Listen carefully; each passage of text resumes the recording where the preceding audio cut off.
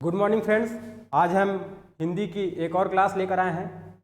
जैसा आप जानते हैं कि सब एसआई का सिलेबस आ चुका है, उसी आधार पर हम तैयारी कर रहे हैं। आज हमारा चौथा क्लास है जिसमें हम सर्वनाम पढ़ने वाले हैं। तो चलिए शुरू करते हैं। सर्वनाम सर्वनाम क्या होता है, उसके प्रकार क्या हैं, इसके बारे में आज हम जानेंगे। तो चलिए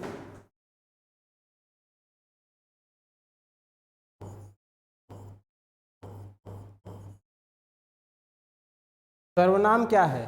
अगर सामान्य अर्थ में देखा जाए तो सर्वनाम का शाब्दिक अर्थ होता है सबका नाम।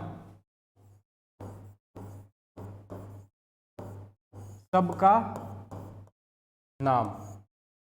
पीछे हमने पढ़ा था संज्ञा में किसी व्यक्ति, वस्तु, जाति, भाव आदि के नामों को संज्ञा कहा जाता था।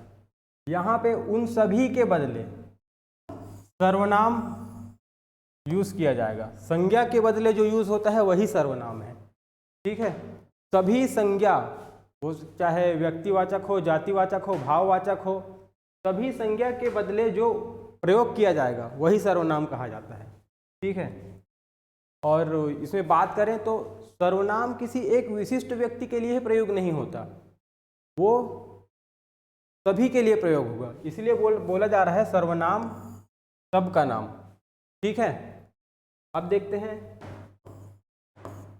पंडित कामता प्रसाद गुरु।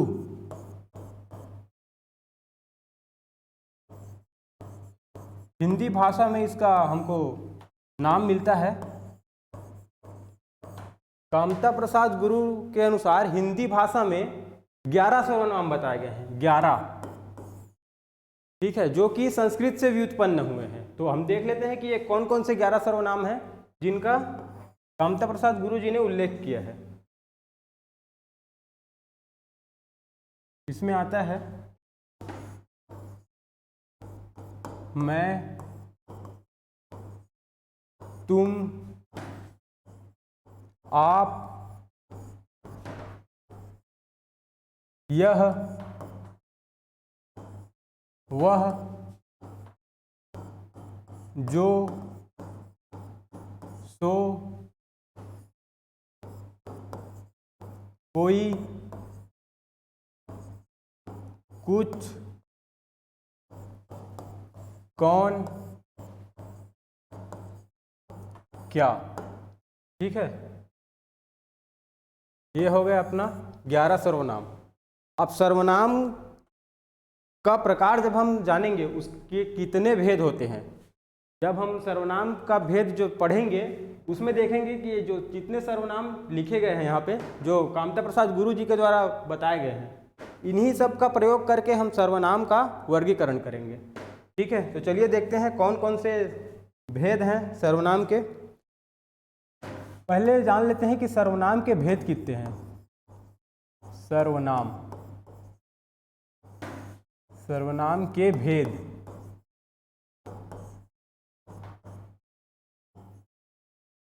सर्वनाम के 6 भेद बताए गए हैं, जिसमें हम पहला देखते हैं वो है पुरुषवाचक सर्वनाम।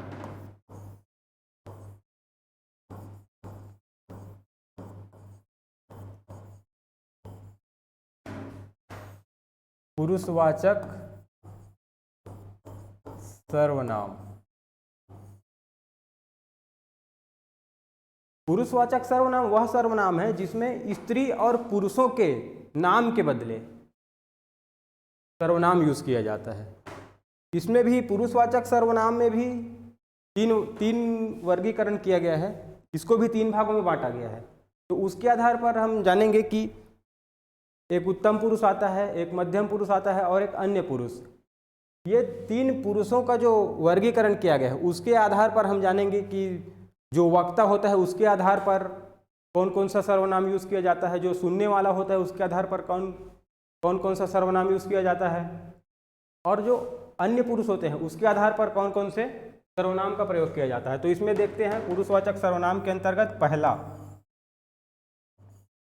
इसको देख लिए हम इसमें पुरुष और स्त्री के नाम के बदले जो यूज होता है। ठीक है, पुरुष और स्त्री के नाम के बदले जो सर्वनाम यूज होता है वो पुरुषवाचक सर्वनाम कहा जाता है। तो इसमें पहला आता है उत्तम पुरुष।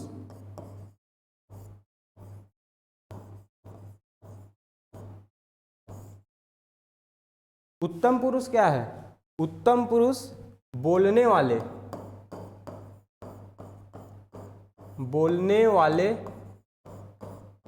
वक्ता को कहते हैं। जो बोलता है वही वक्ता कहलाता है। ठीक है, तो जो बोलने वाले व्यक्ति, जैसे कि मैं बोलूँगा तो मेरे द्वारा कौन कौन से सर्वनाम प्रयोग किए जाएंगे, तो वो उसके अंदर आएंगे। किसके अंदर? उत्तम पुरुष के अंदर। तो देखते हैं कि वक्ता जो है कौन कौन से सर्वनाम का प्रयोग करता है। उदाहरण में देखते हैं, इसमें मैं, मेरा, हम, मैंने, ये हो गया उत्तम पुरुष। जो बोलने वाला वक्ता है वो ऐसे सर्वनामों का प्रयोग करता है। तो इसका उदाहरण देख लेते हैं।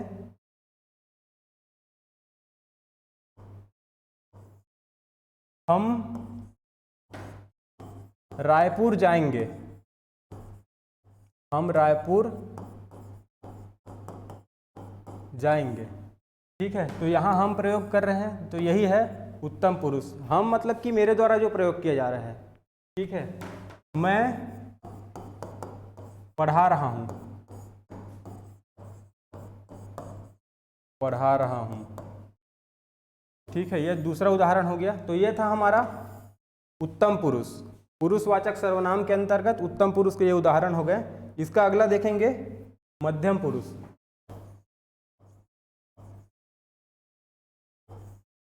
मध्यम पुरुष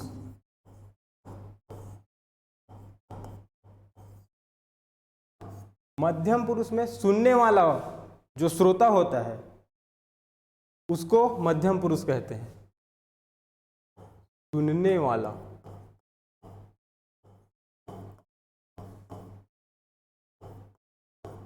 श्रोता, जो सुनने वाला होता है वही श्रोता कहलाता है ना। कहीं जैसे सुनने जाएंगे भागवत ग्रंथ तो श्रोतागण इस टाइप का कुछ वर्ड यूज करते हैं, तो ये सुनने वाला होता है, उसी के लिए ये मध्यम पुरुष का प्रयोग होता है। इसमें देखते हैं कि कौन कौन से सर्वनाम है जो मध्यम पुरुष में आते हैं। तू, तुम और आप, यह है इसका, ये सर्वनाम है जो मध्यम पुरुष के अंतर्गत प्रयोग में लाए जाते हैं। ठीक है, इसका उदाहरण देख लेते हैं।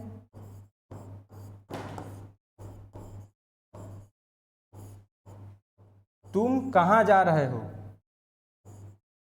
तुम कहाँ जा रहे हो? ये हो गया इसका उदाहरण मध्यम पुरुष। अब उत्तम पुरुष और मध्यम पुरुष के अतिरिक्त कोई अन्य सर्वनाम जो होते हैं वो प्रयोग किए जाते हैं, वो अन्य पुरुष के अंतर्गत ही आते हैं। ठीक है, तो ये देख लेते हैं हम। अन्य पुरुष,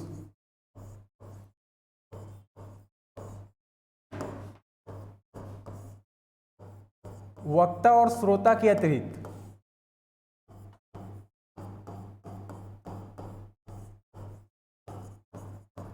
इसका उपयोग किया जाता है।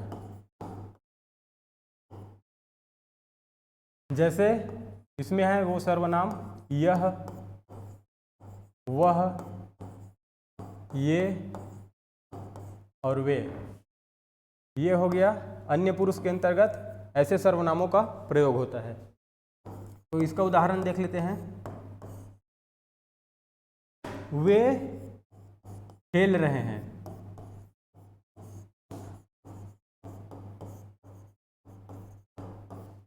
तो यहाँ अन्य पुरुष की बात हो रही है। इसमें जो उत्तम पुरुष था वो मैं वर्ड यूज करता था और जो मध्यम पुरुष था वो तू वर्ड यूज करता था। ठीक है, तो यहाँ पे ये, यह, वह, ये, वे अन्य पुरुष के अंतर्गत आएंगे।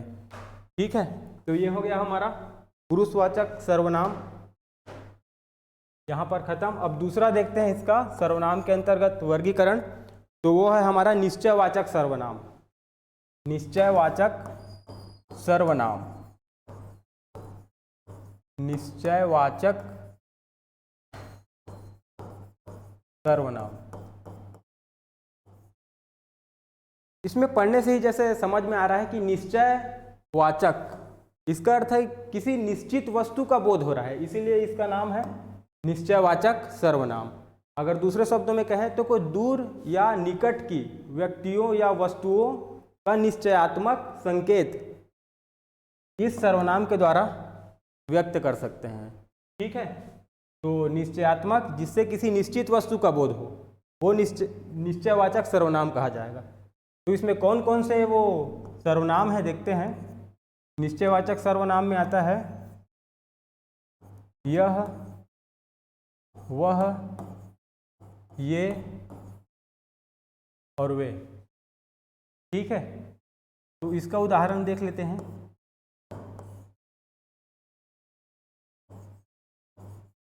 यह मेरा पेन है, ये है निश्चयवाचक, जिसमें बोल रहा है कि यह मेरा पेन है। तो ये बता रहा है कि निश्चित वस्तु है कि ये मेरा पेन है, ये मेरा ही है, यहाँ पे पूरा क्लियर हो जा रहा है कि यह मेरा पेन है।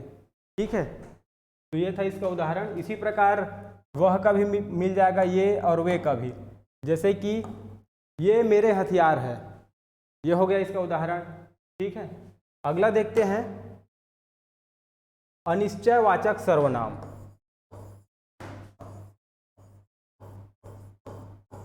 अनिश्चयवाचक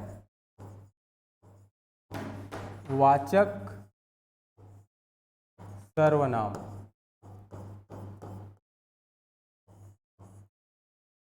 ये भी जस्ट उसका विपरीत बोल सकते हैं, क्योंकि वहाँ पे निश्चयवाचक की बात हो रही थी, यहाँ अनिश्चयवाचक।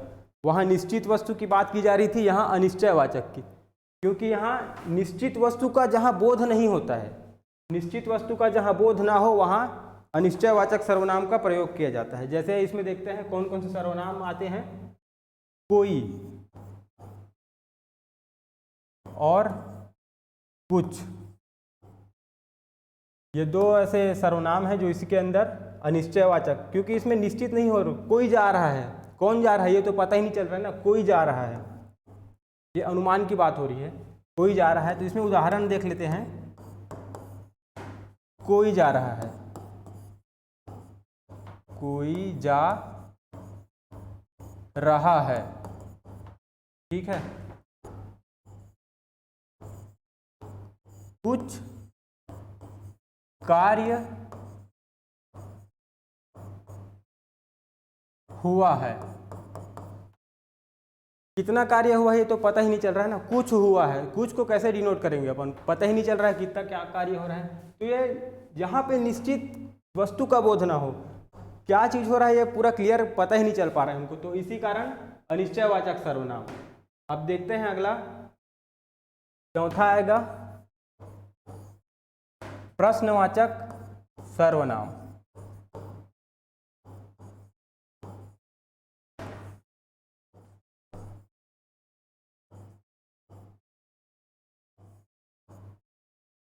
प्रश्नवाचक सर्वनाम, इसका भी नाम से ही पता चल जा रहा है कि जो प्रश्न करने के लिए जो सर्वनाम प्रयुक्त किए जाते हैं।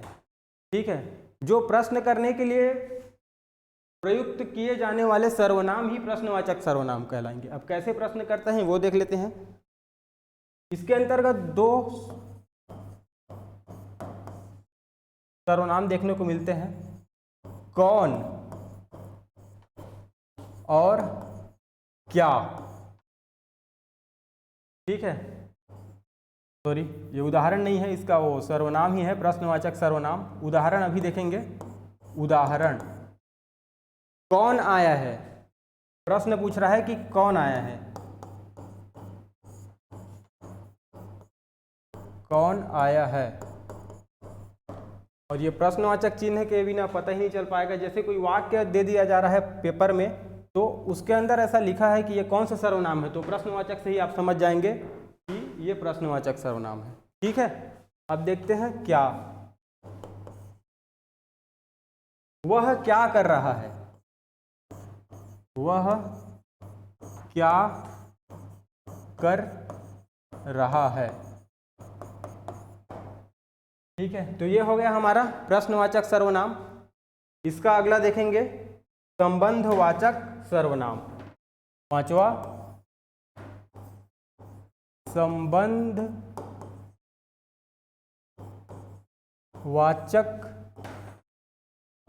सर्वनाम। अब ये संबंधवाचक सर्वनाम क्या होता है, इसको देखेंगे। संबंध, दो चीज़ों के बीच संबंध बता रहा है, दो वस्तुओं के बीच, ऐसा बोल सकते हैं। इसमें सर्वनाम, वह सर्वनाम जिससे किसी अन्य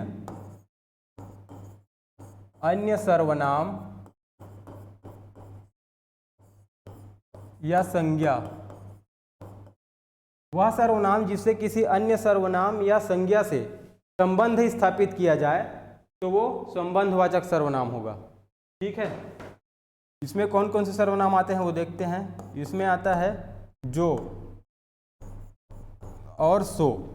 ठीक है, इसका उदाहरण देख लेते हैं, कौन कौन से वो उदाहरण होंगे इसके।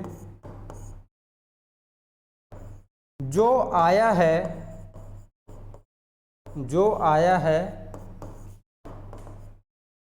सो जाएगा। ठीक है, यहाँ पे संबंध बता रहा है, जो आया है तो जाएगा। ठीक है, अगला इसी में उदाहरण देखेंगे। जैसी करनी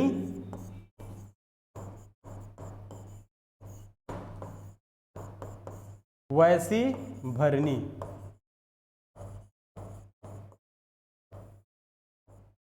ठीक है, तो ये हो गया हमारा संबंधवाचक सर्वनाम। अब आगे देखेंगे निजवाचक सर्वनाम।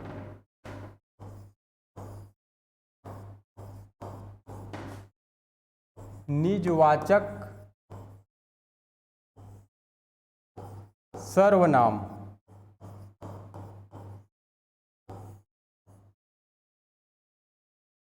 यहाँ पे भी निजवाचक सर्वनाम लिखा है। इसमें निज का अर्थ क्या है, जैसे कोई बोलता है ना, मेरे निजी मामलों में आप दखल मत दीजिए, तो निजी से ही निज बना है, जो स्वयं के लिए प्रयुक्त किया जाता है। ठीक है, तो इसमें देखते हैं कि ये निजवाचक सर्वनाम है क्या। वक्ता और लेखक, जिन सर्वनामों का प्रयोग अपने लिए करते हैं, ये जो वक्ता है बोलने वाला, लेखक लिखने वाला, जिन सर्वनामों का प्रयोग स्वयं के लिए कर रहे हैं तो ये निजवाचक सर्वनाम कहलाएगा। तो इसमें देखते हैं कौन कौन से वो सर्वनाम होंगे। जैसे हो गया इसमें आप, स्वयं, खुद, स्वतः। ठीक है, तो इसका उदाहरण देख लेते हैं। उदाहरण में आएगा इसका, आप भला तो जग भला। आप भला तो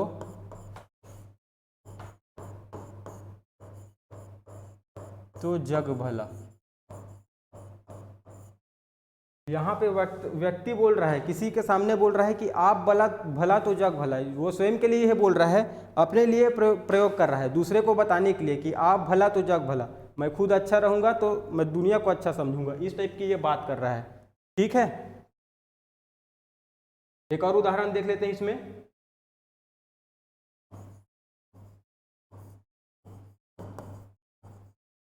वह स्वयं गाड़ी चला रही है।